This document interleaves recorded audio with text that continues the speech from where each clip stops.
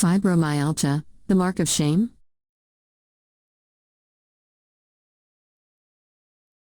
I've learned that people will forget what you said, people will forget what you did, but people will never forget how you made them feel. Maya Angelou. On June 3 I heard a documentary on CBC Radio talking about the mark of shame, the culture of shame, and how it makes one feel. There is so much about the visibilities of women's bodies that cause us to hide perceived imperfections, in particular. The dyeing of our hair so as not to look old, plastic surgery to hide our wrinkles, overuse of cosmetics, whitening of our teeth, even the marketing of products to enhance the color of vaginas. We can never measure up to the standards set for us by the big businesses of the multinational corporations who prey on our insecurities. The cosmetic industry is constantly thinking up new ways to make us feel insecure and shameful if we do not keep up the appearances of a youthful woman. We must always be thought of as sexually desirable, dictated by our outward appearance. That isn't to say that I am morally judging those who use whatever means they can to feel good about their outward appearance. Rather, it is meant to point out that we are often prone to hide the fact from ourselves that we cannot stay or look like we are in our 20s forever. While none of this understanding of women's attempt to look like the Hollywood definition of beauty was any surprise or new to me, having taught in a women's studies program for many years.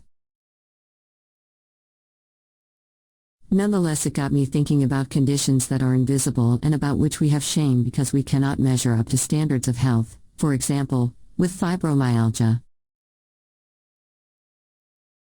Fibromyalgia is a syndrome about which people often sigh and believe we should not indulge ourselves in lamenting about our pain and fatigue, as well as a myriad of other symptoms. Rather, we should just smarten up, suck it up in order to feel better. I believe that health professionals are among the worst, as the condition cannot be diagnosed through the usual medical tests and there is no known cure. But, family and friends also blame the victim, even though I hesitate to use that phrase as we are not actually victims. Of course, this attitude of others makes us feel shameful about ourselves and the self-critic. Ruminating voice within believes we are malingering and should become less vocal about admitting we have such a disease, that we are asexual and sickly creatures. The disdain that many health professionals and many of the general public portray to those of us with fibromyalgia can make us feel like we are hypochondriacs.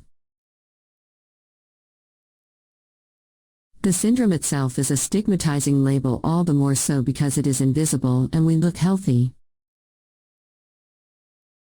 In her blog, Carolyn Thomas writes about healthy privilege. She quotes Dr. Becker Schutte, who writes, "Many physical health conditions and all mental health conditions fall into the category of invisible illness." Furthermore, Dr. Becker Schutte writes about those who are healthy and do not see or understand because they have some degree of what I am calling healthy privilege. I have found this to be even more obvious now that I have two invisible conditions, fibromyalgia and heart disease. Several years ago I decided to let my hair go gray and not blow dry it straight as I did every day. I let it dry naturally and do not blow heat on my head, letting the natural curl do as it wants. I do not use makeup and use only moisture cream that does not have any of the nasty ingredients that are so dangerous to our health and cause so many sensitivities and itching. Eye makeup is not an option as I am sensitive to it and to light, and my eyes will burn and water if I use cosmetics on them. I have gradually let go of all the social demands to try to look younger than I am. It hasn't been easy.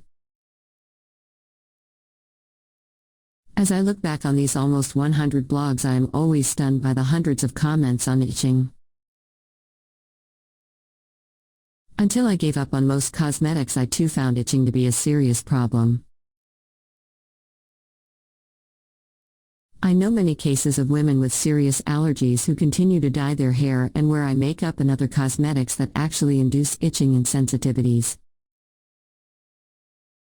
In fact, I have given in to the shameful, stereotypical view of the older woman who appears to no longer care about looking younger. While I can do this to my bodily appearance, I cannot hide the pain and fatigue from myself, but I do often hide it from others.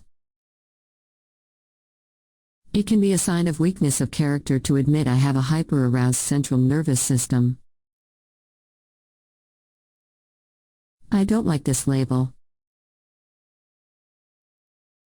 My casual appearance these days is amazing to many who do not know me intimately.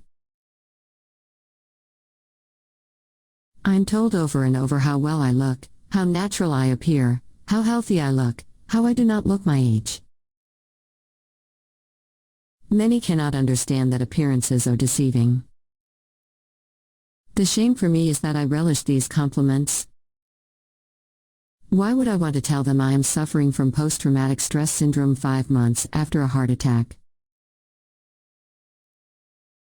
That I live with pain and fatigue from fibromyalgia, and that I am taking many medications for heart disease? I want to belong to the club of those with healthy privilege.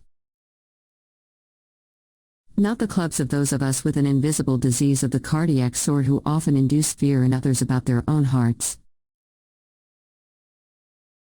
Nor the disease of fibromyalgia, which has a stigma attached to it. These are the challenges we face living with conditions that cannot be seen. How we handle them is a sign of both our vulnerabilities and our strengths. Kindly subscribe to our YouTube channel.